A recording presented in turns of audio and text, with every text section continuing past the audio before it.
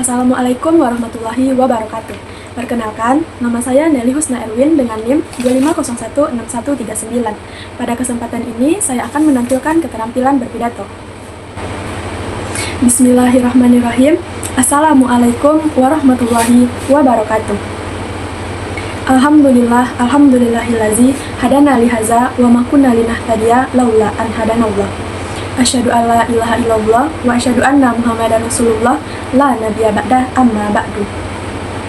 Pertama-tama, marilah kita panjatkan puji beserta syukur kita atas kehadirat Allah Subhanahu wa Ta'ala. Karena berkat rahmat dan karunia-Nya, kita masih diberi kesehatan dan kesempatan untuk berkumpul pada hari ini. Shalawat beserta salam tidak lupa pula kita curahkan kepada Nabi junjungan alam, Nabi besar kita, yakni Nabi Muhammad SAW, yang telah membawa kita dari zaman kegelapan jahiliyah menuju zaman yang terang benderang oleh cahaya ilmu pengetahuan seperti yang kita rasakan pada saat sekarang ini.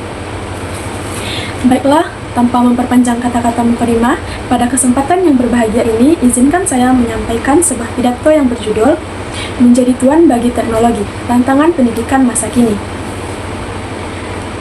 Alasan saya memilih topik ini adalah karena saya melihat saat ini kita sedang berada di persimpangan jalan. Teknologi memberikan kita kunci kepada gudang ilmu pengetahuan yang tanpa batas.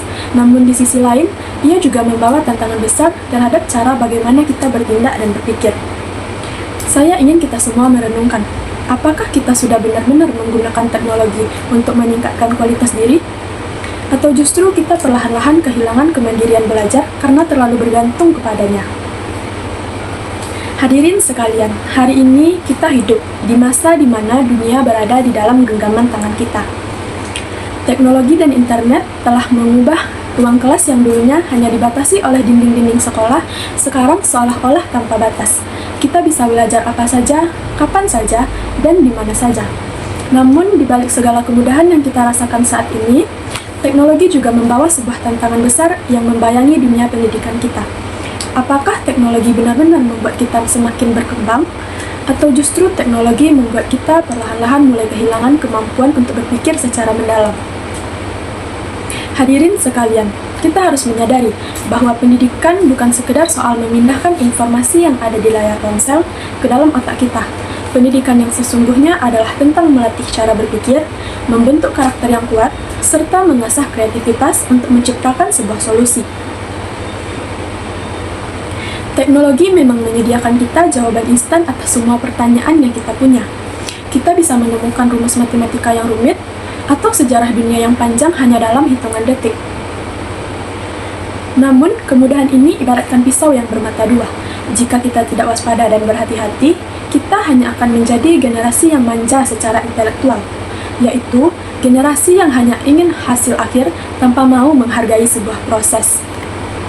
Oleh karena itu, ada 3 prinsip utama yang harus kita pegang agar teknologi benar-benar menjadi alat pendukung kesuksesan kita. Yang pertama, kita harus mampu berpikir kritis. Di internet, segala informasi mengalir deras tanpa adanya saringan. Kita tidak boleh menjadi wadah kosong yang hanya menelan mentah-mentah apa yang kita baca. Kita harus mampu membedakan mana yang fakta dan mana yang hoax.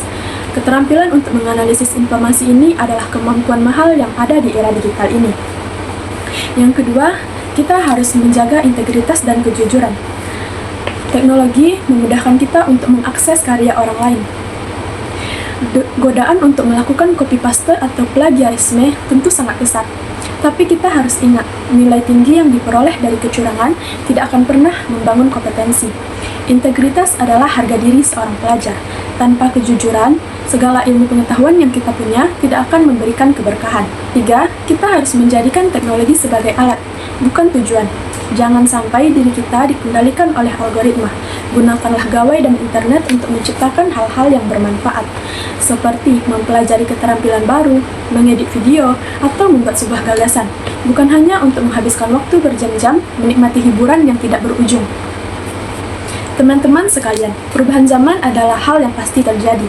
Kita tidak bisa menghindari kemajuan teknologi, tapi kita bisa menentukan cara bagaimana kita meresponnya. Masa depan tidak akan bertanya, apa yang kamu tahu? Karena semua sudah tersedia secara gratis di internet. Masa depan akan bertanya, apa yang bisa kamu ciptakan dari apa yang kamu tahu? Oleh karena itu, jangan hanya menjadi penonton atau konsumen di era digital ini. Jadilah pengguna teknologi yang mampu berpikir cerdas dan produktif. Jadilah generasi muda yang mampu memanfaatkan teknologi untuk meningkatkan derajat diri sendiri, keluarga, dan bangsa Indonesia.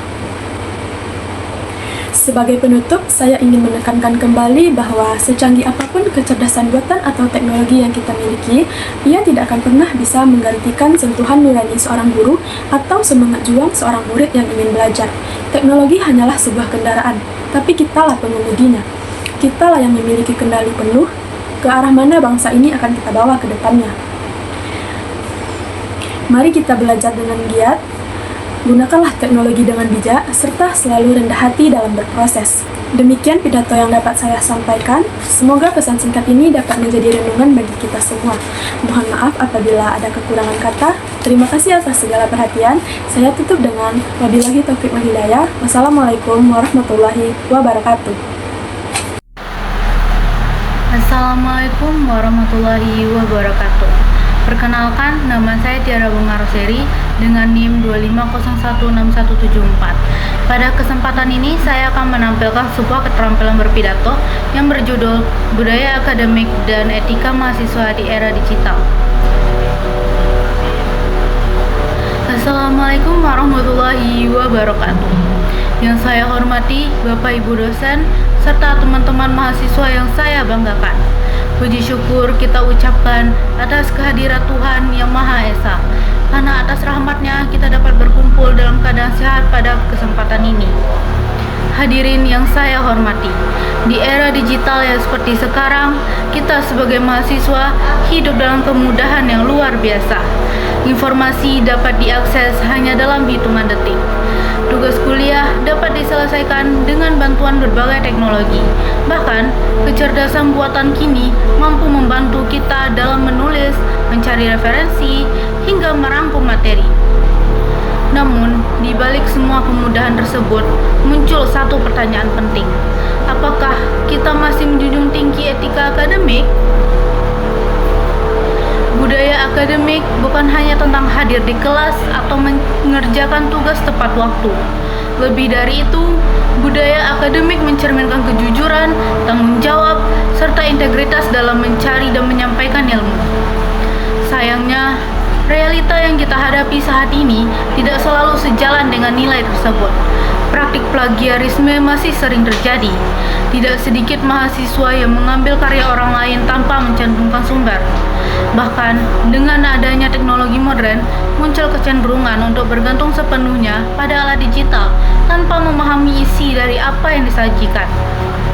Hadirin sekalian, jika hal ini terus dibiarkan, maka kita tidak hanya kehilangan kejujuran akademik, tetapi juga kehilangan jati diri kita sebagai mahasiswa, sebagai insan pembelajar.